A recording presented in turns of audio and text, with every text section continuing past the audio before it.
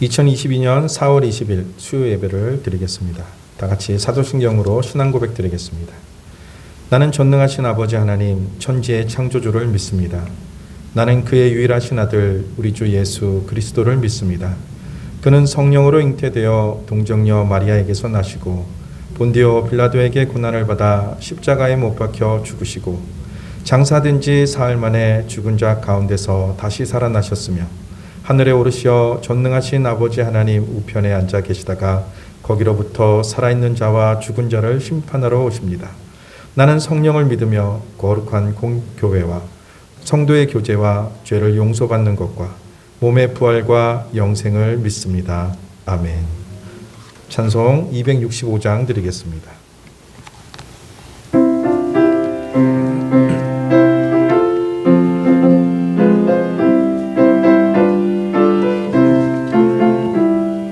주 십자가를 지심으로 죄인을 구속하셨으니 그 피를 보고 믿는 자는 주님의 진노 면하겠네. 내가 그 피를 유월절 그 양의 피를 볼 때에 내가 널 넘어서 가리라.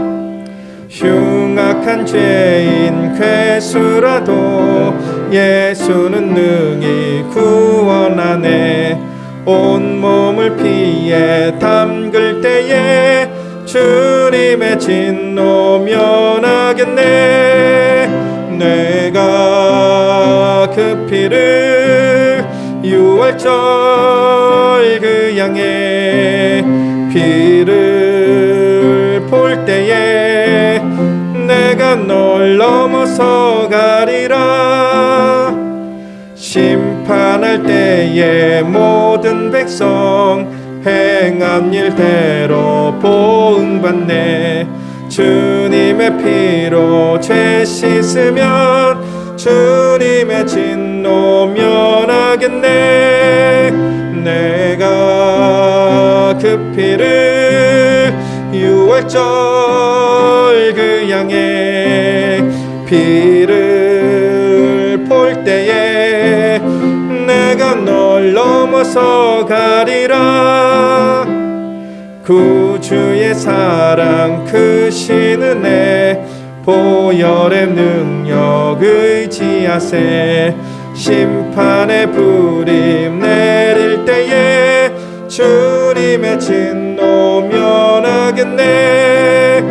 내가 그 피를 유월절 그 양의 피를 볼 때에 내가 널 넘어서 가리라. 예배를 위해서 차인순 권사님 대표해서 기도해 주시겠습니다.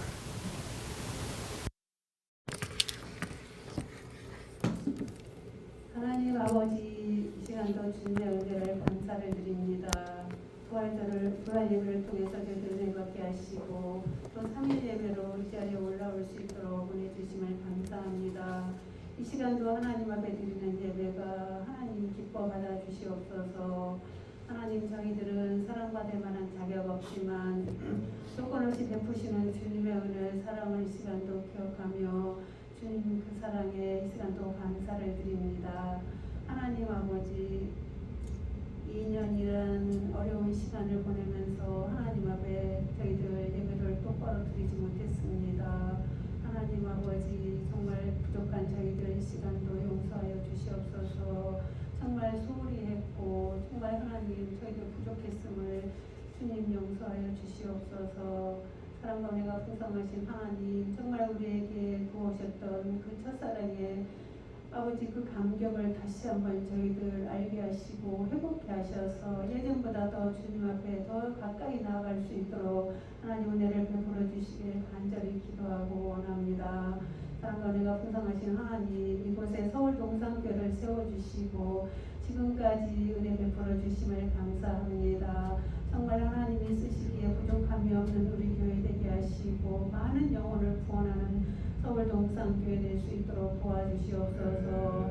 우리 목사님, 장로님, 동산의 모든 성도들에게 지혜와 은혜와 명철을 더하셔서 하나님이 사랑의 공동체를 아름답게 세워갈 수 있도록 하나님 도와주시옵소서. 하나님, 우리의 자녀들을 하나님 앞에 기도합니다. 정말 우리 아이들이 참 힘들고 어려운 세상을 살아가지만 하나님 주의 말씀으로 잘 양육되어질 수 있도록 하나님 도와주시옵소서. 은혜를 베풀어 주시옵소서. 우리 아이들이 형통한 길로 인도하여 주시길 기도합니다. 그리하여서 정말 하나님 앞에 귀하게 아름답게 쓰임바 있는 아이들로 성장케 하시고 정말 사회 요소에 아름답게 귀하게 쓰임받는 우리 아이들 될 수 있도록 하나님 도와주시옵소서. 사랑의 주님, 이를 위해 수고하신 우리 교육자님, 우리 선생님들을 시간도 기억하시고 하나님 지혜와 명철을 더하시고 성령 충만함을 덧입혀 주셔서 우리 아이들을 말씀으로 잘 양육할 수 있도록 하나님 도와주시옵소서. 선생님의 수고와 헌신이 헛되지 않도록 하나님 도와주시옵소서. 하나님, 오늘도 기도합니다. 아직까지 우리 주님을 알지 못하는 우리의 부모님이 있습니다. 우리의 형제들과 이웃들이 있습니다. 오늘도 그들을 하나님 앞에 내어놓고 기도합니다. 정말 부활이신 예수님을 그들의 마음속에도 들려지게 하여 주시옵소서. 우리가 믿는 예수님을 그들도 알게 해 주셔서 예수 그리스도가 우리의 구주임을 저들도 하나님 알게 하여 주시길 간절히 기도합니다.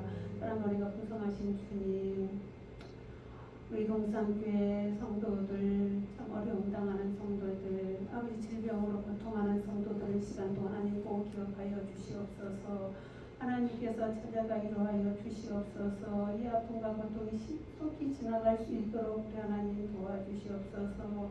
정말 잘 이기고 감사로 하나님 앞에 나올 수 있도록 하나님 은혜를 베풀어 주옵소서. 하나님 또 기도합니다. 하나님, 전쟁으로 말미암아 참 어려움 당하는 나라가 있습니다. 하나님이여, 많은 사람들이 또 희생을 당하고 있습니다. 하나님이여, 그 땅에도 하나님 은혜를 베풀어 주시옵소서. 하나님 보살펴 주시옵소서. 저기 전쟁이 끝나게 하시고 정말 그 땅에도 참 평화가 있게 하여 주시길 간절히 기도합니다.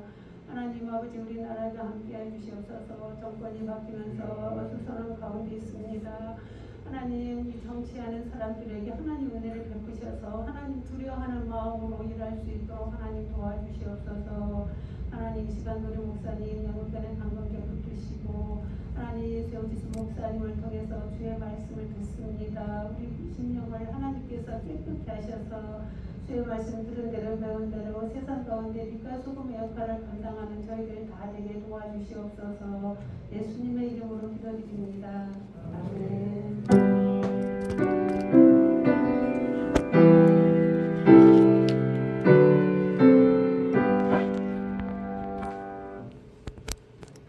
하나님의 말씀 창세기 49장 1절에서 2절 말씀입니다.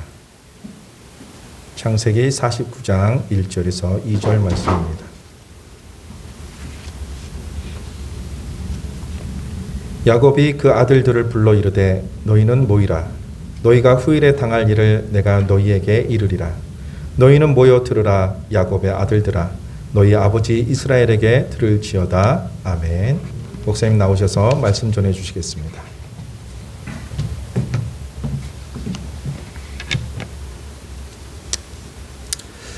젊은 날을 자기의 생각과 판단대로 행동을 했던 야곱은 많은 시련을 겪으면서 전적으로 하나님의 뜻을 분별할 줄 아는 사람이 되었습니다.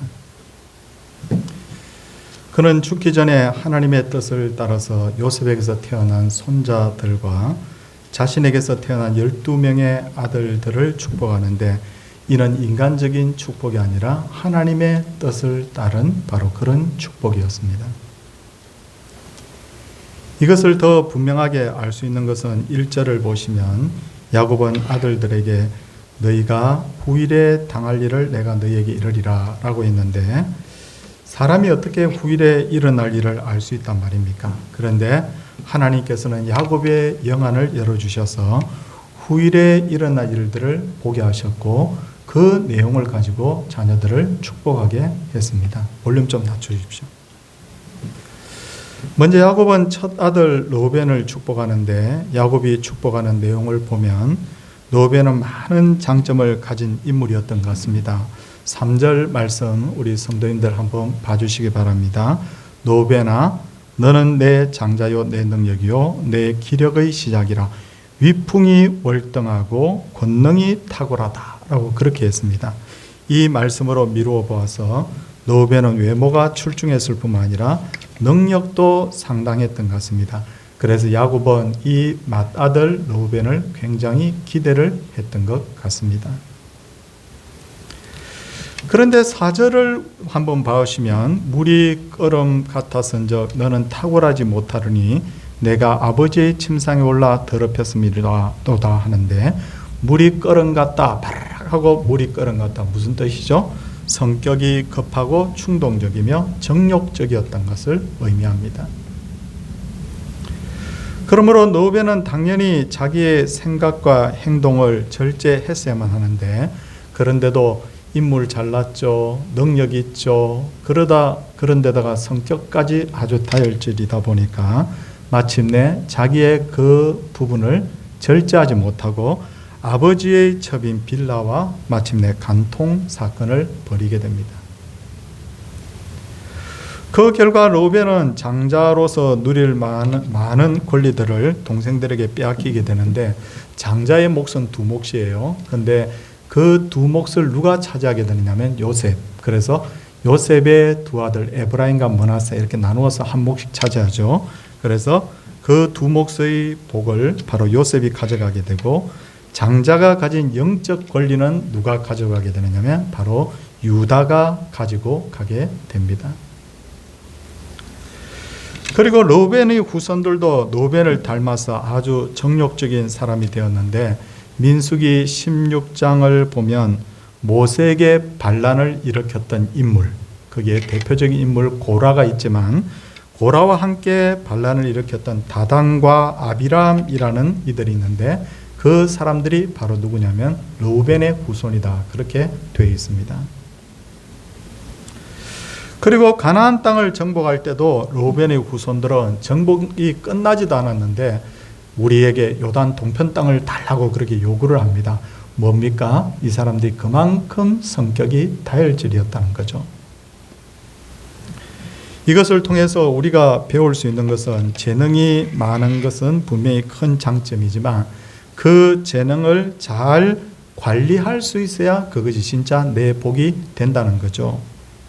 아무리 맑고 시원한 물이 있다 하더라도 만약에 이 물을 담고 있는 그릇이 깨어져 버리면 이 물을 쓸 수 없는 것처럼 마실 수 없는 것처럼 재능도 결국은 통제되지 않으면 그것이 절대로 복이 되지 못한다는 걸 알아야 돼요. 그래서 우리는 복을 구하되 하나님 복 주시옵소서라고만 하지 말고 그 복을 나의 복으로 잘 간직할 수 있게 주시옵소서라고 해야 됩니다. 그래야 그것이 진짜 나의 복이 되는 것입니다. 둘째로 시몬과 레위에 대해서 축복하기를 5절 말씀 보니까 시몬과 레위는 형제요 그들의 칼은 폭력의 도구로다라고 그렇게 돼 있죠. 시몬과 레위는 같은 어머니에게서 태어났을 뿐만 아니라 기질적으로도 유사한 면이 많았기 때문에 그들을 형제라고 일부러 그렇게 분류를 하고 있습니다. 그들의 기질은 매우 폭력적이었죠. 이들은 누이 다말이 세계민에 의해서 욕을 당하자 비겁한 계략을 써서 세계민들을 모두 다 죽여버리지 않습니까? 그래서 이들은 아버지 야곱으로부터 크게 책망을 받았는데 이 일 때문에 야곱은 그동안 일구어놨던 것을 모두 포기하고 세겜 땅을 떠나야 했습니다. 시몬과 레위의 다혈질적인 성격이 결국은 모든 것을 잃어버리게 했던 거죠. 물론 그것 때문에 야곱이 더 하나님 앞에 엎드리게 되지만 말입니다.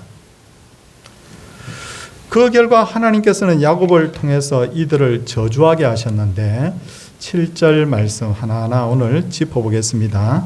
그 노여움이 혹독하니 저주를 받을 것이요 분기가 맹렬하니 저주를 받을 것이라 내가 그들을 야곱 중에서 나누며 이스라엘 중에서 흩으리로다 라고 그렇게 합니다.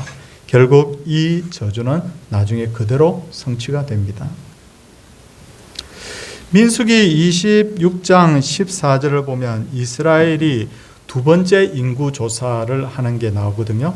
민수기가 왜 민수기냐면 숫자를 세었다고 해서 민수기거든요. 그 두 번을 이렇게 세게 되는데, 두 번째 인구 조사를 할 때 시몬 지파는 22,200명으로서 12지파 중에 가장 작은 지파가 되었고, 여호수아서 19장 1절에서 9절을 보면 가나안 땅을 분배받을 때도 가장 작은 땅을 분배받습니다. 왜냐?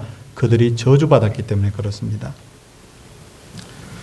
그리고 시몬과 레위 했는데, 레위 지파는 나중에 제사장 지파로서 굉장한 영광스러운 역할을 하죠. 그런데 그들은 독자적인 땅을 하나도 가지지 못하고 이스라엘 나머지 12지파에 다 흩어지게 됩니다.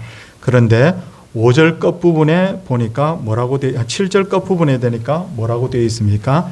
이스라엘 중에 흩어리로다라고 했는데, 레위 지파가 전부 다 한 곳에 모여 있지 않고 마침내 전부 다 예언의 말씀대로 다 흩어지게 되는 거예요. 레위 지파가.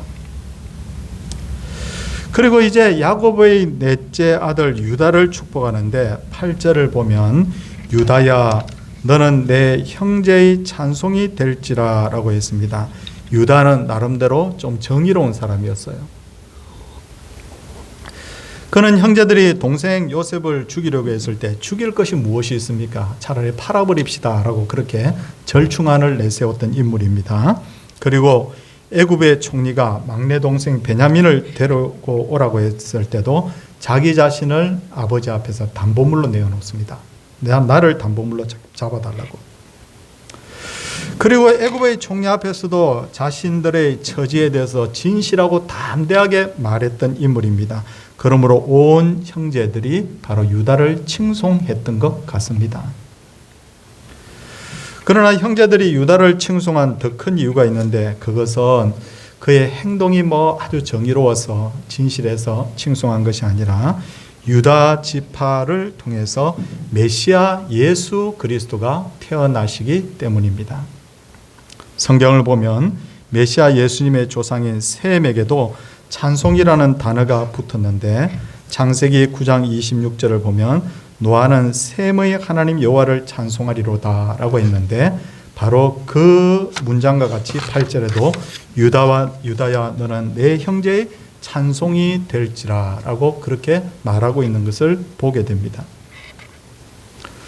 그리고 유다에 대한 예언은 가장 내용이 긴데 9절도 한번 보십시오. 9절을 보면 유다는 사자 새끼로다 내 아들아 너는 움킨 것을 찢고 올라갔도다 라고 했는데, 이는 유다가 용감하고 싸움을 잘 했다는 의미가 아니라 결국은 유다 지파에서 태어날 메시아가 원수 마귀를 찢어버릴 것에 대해서 말씀을 하고 있는 겁니다. 그리고 10절 말씀 보십시오. 유다에 대한 내용 많죠. 10절에 보면 규가 유다를 떠나지 아니하며 통치자의 지팡이가 그 발 사이에서 떠나지 아니하시기를 실로가 오시기까지 이르리니 그에게 모든 백성이 복종하리로다 라고 했습니다. 규란 것은 뭐냐면 바로 임금이 손에 들고 있는 바로 호를 말합니다. 그러므로 이 예언은 결국 유다 지파에서 이스라엘의 역대 왕들이 나올 것이라는 뜻인데, 실로가 오시기까지, 이 말이 무슨 말입니까? 메시아이신 예수 그리스도가 이 땅에 오시기까지 결국 유다 지파에서 계속해서 왕들이 일어날 것을 말씀하신 것이죠. 그런데 성도님들, 여기서 정말 꼭 짚고 넘어가야 될 것이 있는데, 중요한 것은 과연 유다가 진실하고 정의로웠기 때문에 이런 복을 받은 것일까? 어쩌면 예수님의 조상이 되는 복을 받았구나. 참 대단한 인물이었구나. 그렇게 생각됩니까? 성경을 유심히 보면 그게 아니었습니다. 먼저 유다는 형제들을 떠나서 창세기 38장을 보면 형제들을 떠나서, 그러니까 신앙의 무리를 떠나는 거죠. 일종의 가나안 여인을 아내로 취하였다. 그렇게 되어 있어요. 가나안 여인을 아내로 취합니다. 유다는 이스라엘 백성 중에 결혼 대상자를 구하지 않고 이방인 중에서 구합니다. 그 결과 어떻게 됩니까? 바로 태어난 아이들이 계속해서 죽습니다. 그리고 유다가 크게 또 잘못한 것이 있는데 창세기 38장을 보면 그는 며느리 다말과 관계를 통해서 베레스와 세라를 낳지 않습니까? 그리고 예수님이 바로 그 베레스 집안에서 탄생하십니다. 그러므로 유다가 신앙이 좋고 정직해서 성실해서 그가 메시아의 조상이 되었다는 것은 아니지 않습니까? 그렇다면 왜 하나님께서 유다와 같이 볼품이 없는 사람을 택하여 메시아의 조상으로 삼으셨을까요? 이는 하나님께서 우리들에게 주신 구원이 행위로 말미암지 않고 하나님의 전적인 은혜라는 것을 보여주기 위해서였습니다. 그러므로 유다도 자랑할 것이 없고 우리들도 자랑할 것이 없는 거예요. 야, 저 길에 다니는 저 사람들은 죄가 많아서 지옥 가고 나는 죄가 없어서 천국 간다. 그게 아닙니다. 우리가 전적으로 하나님의 은혜로 택하심을 받았기 때문에 아무것도 자랑할 것이 없어요. 오직 감사하고 하나님께 영광 돌리고 그분의 뜻을 따라서 살 뿐입니다. 아직 유다에 대한 예언이 끝나지 않았습니다. 11절 또 보겠습니다. 그의 나귀를 포도나무에 매며 그의 암나귀 새끼를 아름다운 포도나무에 맬 것이며 또 그 옷을 포도주에 빨며 그의 복장을 포도주에 빨리로다 했는데 이 말은 무슨 말이냐면 평화의 시대가 도래할 것을 말씀하신 거예요. 설명을 좀 하도록 하겠습니다. 성도님들, 말은 주로 어디에 사용되느냐면 전쟁터에서 주로 사용되잖아요. 근데 나귀를 타고 사람들이 다녔던 것은 뭐냐면 바로 평화의 시대를 말하거든요. 근데 이스라엘에 가보면 나무가 굉장히 참 귀해요. 요즘은 일부러 심어서 조금 들판 같은 데 있는데 자연적으로 나무가 자랄 여건이 잘 못 되지 않습니까?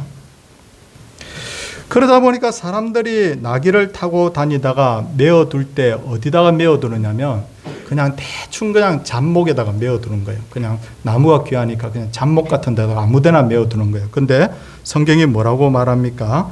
그의 나귀를 포도나무에 맨다. 이 말은 무슨 말이냐면 농사가 너무 잘 돼가지고 온 천지가 다 포도나무인 거예요. 그러니까 그만큼 포도나무가 흔하다 보니까 나귀를 포도나무에다 맨다라고 한 거예요. 그건 뭘 이야기하냐면 경제적으로 그만큼 굉장히 번성하고 평화로운 것을 말하는 거예요. 아울러서 포도주와 포도즙도 넘쳐서 거기다가 옷을 빨게 될 것이라고 했는데 한마디로 이 말은 무슨 말이냐면 포도주, 포도즙을 물 쓰듯이 쓴다는 거잖아. 그죠? 이해가 되시죠? 바로 그런 뜻입니다. 이것을 더욱 분명하게 알 수 있는 것은 12절입니다. 12절 한번 보십시오. 그의 눈은 포도주로 인하여 붉겠고 그의 이는 우유로 말미암아 희리로다. 이 말은 뭐냐면 술 취해서 다닌다 이 말이 아니라 포도주와 우유가 그만큼 흔하다 그 말입니다. 흔하다는 거죠. 이제 서불론에 대한 예언입니다. 서불론에 대한 예언 13절을 보시면 서불론은 해변에 거주하리니 그곳은 배 매는 해변이라 그의 경계가 시돈까지로다라고 했는데 실제로 서불론 지파가 분배받은 땅은 사실 해변과는 별 관계가 없는 땅이에요. 그런데도 그곳은 해변이라고 한 것은 서불론 지파의 땅이 갈릴리 호수와 지중해 사이에 위치한 땅이었기 때문입니다. 이들의 경계는 시돈까지인데 이들은 장차 무역과 상업에 종사할 것에 대해서 이렇게 말씀을 하신 것입니다. 다음은 이사갈입니다. 이사갈 우리 14절 말씀에 보니까 이사갈에 대해서는 14절 끝부분에 보니까 건장한 나귀다라고 했습니다. 나귀는 튼튼하고 힘이 세고 우직한 동물로서 이사갈 지파가 노동을 주로 생계로 해서 먹고 살 것을 예언하셨습니다. 16절부터는 단입니다. 단을 보시면 단은 이스라엘의 한 지파같이 그의 백성을 심판하리로다 하는데 이 단 지파가 심판하는 지파래요. 뭘 이야기하느냐면 단 지파 출신의 삼손이 나중에 태어나서 이스라엘을 20년 동안 사사로서 다스리는 겁니다. 그런데 단 지파는 영적으로 볼 때 굉장히 불행한 지파입니다. 먼저 그들은 자신에게 주어진 땅을 포기하고 북쪽의 라이스로 옮겨서 그곳에 새로 자리를 잡게 되는데, 이는 하나님이 주신 기업이 아니라 자기들 좋은 대로 새로운 기업을 택했음을 의미합니다. 그래서 그런지 단 지파는 하나님을 멀리 떠나서 가장 먼저 우상 숭배를 한 지파가 되었고, 북이스라엘의 바로 금송아지도 여기 단에 세워지지 않습니까? 우리 이스라엘에 갔던 분들 여기 계시지만 가보니까 어떻습니까? 거기에 보니까 단이, 그 우상의 단이 세워졌던 곳, 이런 것들 딱 지금도 그대로 보존이 되어 있지 않습니까? 그래서 그런지 요한계시록 7장 5절에서 8절을 보면 이스라엘의 12지파의 이름이 요한계시록에 다 나옵니다. 그런데 전에도 말씀드렸지만 단 지파의 이름이 거기에 빠져 있어요. 그래서 어떤 학자는 이렇게 말하더군요. 단 지파에서 장차 적 그리스도가 나올 것이다, 그렇게 보더라고요. 근데 이런 말은 뭐 100% 믿지는 마시고 참고로 하시면 되겠습니다. 단 지파가 요한계시록의 12지파에 없었다, 굉장히 심각한 겁니다. 하나님의 그 생명책에 불리지 못하는 거, 이거 얼마나 심각한 겁니까? 이제 19절을 보면 갓 지파에 대한 내용인데, 갓은 군대의 추격을 받으나 도리어 그 뒤를 추격하리로다 라고 했습니다. 갓 지파가 받은 땅은 뭐냐면 요단강 동편에 바로 해당하는 땅인데, 그쪽으로 외적들이 침입할 때 갓은 효과적으로 그것들을 물리쳤던 것을 볼 수가 있습니다. 성도님도 오늘 제가 12지파까지 다 하려고 생각을 했는데 12지파까지 내용도 많고 또 12지파 후에 또 내용도 좀 있어요. 그래서 한 번에 다 하는 것이 옳지 않다 싶어서 오늘은 8지파에 대해서 말씀만 드립니다. 이 8지파 중에 르우벤부터 해가지고 지금 쭉 이렇게 각까지 전부 다 설명을 드렸는데, 성도님들, 이 지파들 8개 중에 제일 오늘 설명이 긴 지파가 어디입니까? 8절부터 우리 12절까지 나와 있는 유다 지파예요. 왜 유다 지파가 제일 길까요? 다시 말씀드리지만 잘난 지파기 때문에, 뭐 대단한 지파기 때문에 그게 아닙니다. 성경은 주인공이 누구냐면 바로 예수 그리스도니까. 그래서 예수 그리스도가 탄생한 지파이기 때문에 유다 지파에 대한 설명이 제일 긴 거죠, 사실은. 사랑하는 성도님들, 이 시간에 제가 꼭 선포하고자 하는 말씀이 있습니다. 우주의 주인이 누굽니까? 우주의 주인은요, 하나님입니다. 그래서 저는 기도할 때마다 천지 만물을 창조하시고, 제가 이런 기도 자주 하거든요. 아무리 생각해봐도 전 우주가 전부 다가 뭐냐면 주인이 하나님이시고 예수님이세요. 그러면 성경의 주인은 누굽니까? 성경의 주인공은 바로 예수님. 그렇다면 우리의 삶의 중심에도 누가 계십니까? 바로 예수님이 계시지 않습니까? 그래서 저는 오늘 이 말씀 세밀하게 이렇게 제가 주석을 붙여서 설교를 했지만, 우리 성도들 꼭 명심해야 될 것이 뭐냐면요, 사나 죽으나 예수 그리스도를 위해서 살아야 됩니다.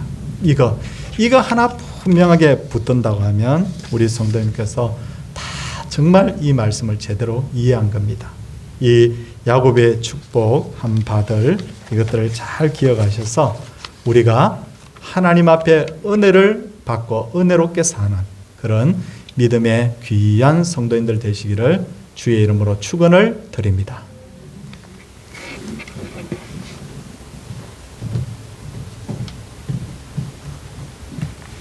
찬송 284장 드리겠습니다. 찬송 후에 목사님 나오셔서 축도해 주시겠습니다.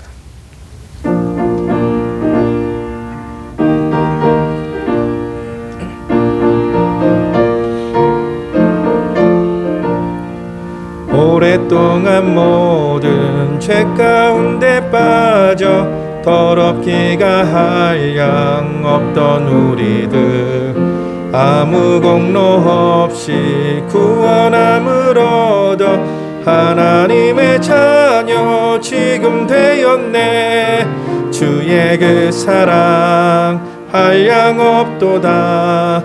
찬송할지어다.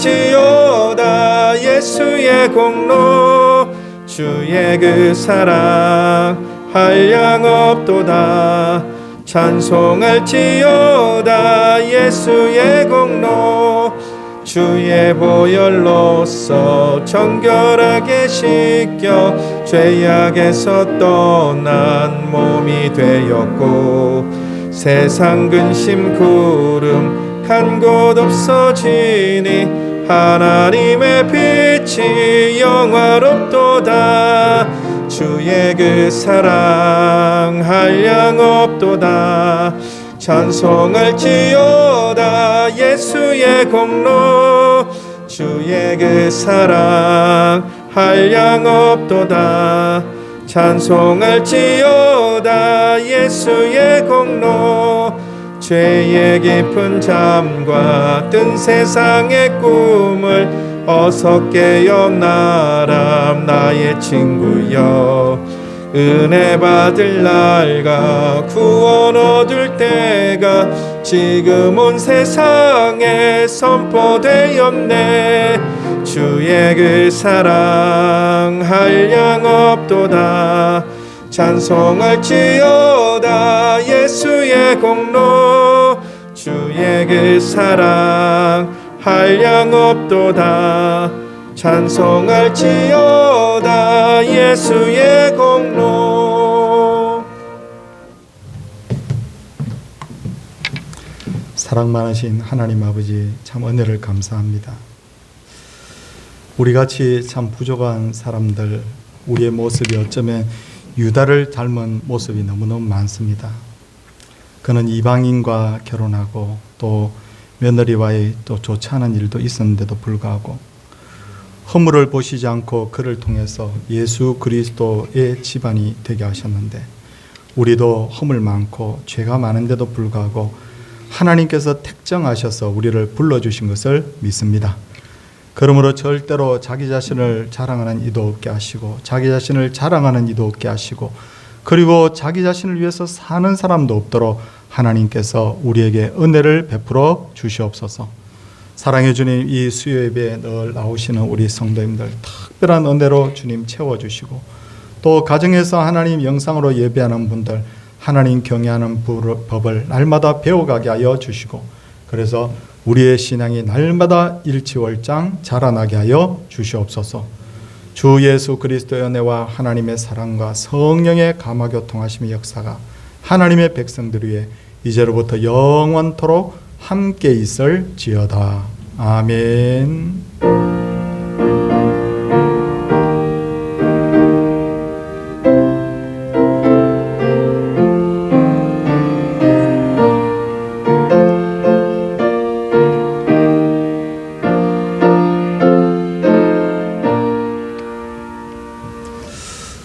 성도님들께서 기도해 주신 덕분에 고난주간, 부활주간도 잘 보내고, 또 월요일부터 그 바쁜 일정, 그 노예 일정들 다 소화를 잘 했습니다. 하고 저는 노예에서 임원회를 하고 설교를 하고 노예를 인도하고 이러면서 느꼈던 게 있습니다. 이번에 뭐냐면 나를 위해서 기도하고 계시는구나 하는 거 참 많이 느꼈어요. 제가 더 담담하게 또 저 건강하게 잘 이렇게 노예를 인도했던 것은 하나님의 은혜요, 성도님들 기도해 주신 덕분인 줄 압니다. 늘 기도 부탁을 좀 드리겠습니다. 그리고 또 하나는 이번 주에는 우리 세례식이 있습니다. 그래서 이번에 유아 세례 받는 분도 계시고 입교하시는 분도 계시는데, 그분들에게도 은혜 주시고 또 예식을 통해서 성도들도 함께 은혜 받을 수 있도록 그렇게 기도해 주시기를 부탁드립니다. 새벽 기도 늘 하고 있습니다. 하고 있는데 한참 쉬었다 가니까 쉽지 않아요. 그렇지만 우리가 이 새벽 자리 잘 지켜나갈 수 있는 은혜를 함께 누릴 수 있었으면 좋겠습니다. 예, 우리 성도님들 옆에 분들하고 같이 한번 우리 인사하도록 하겠습니다.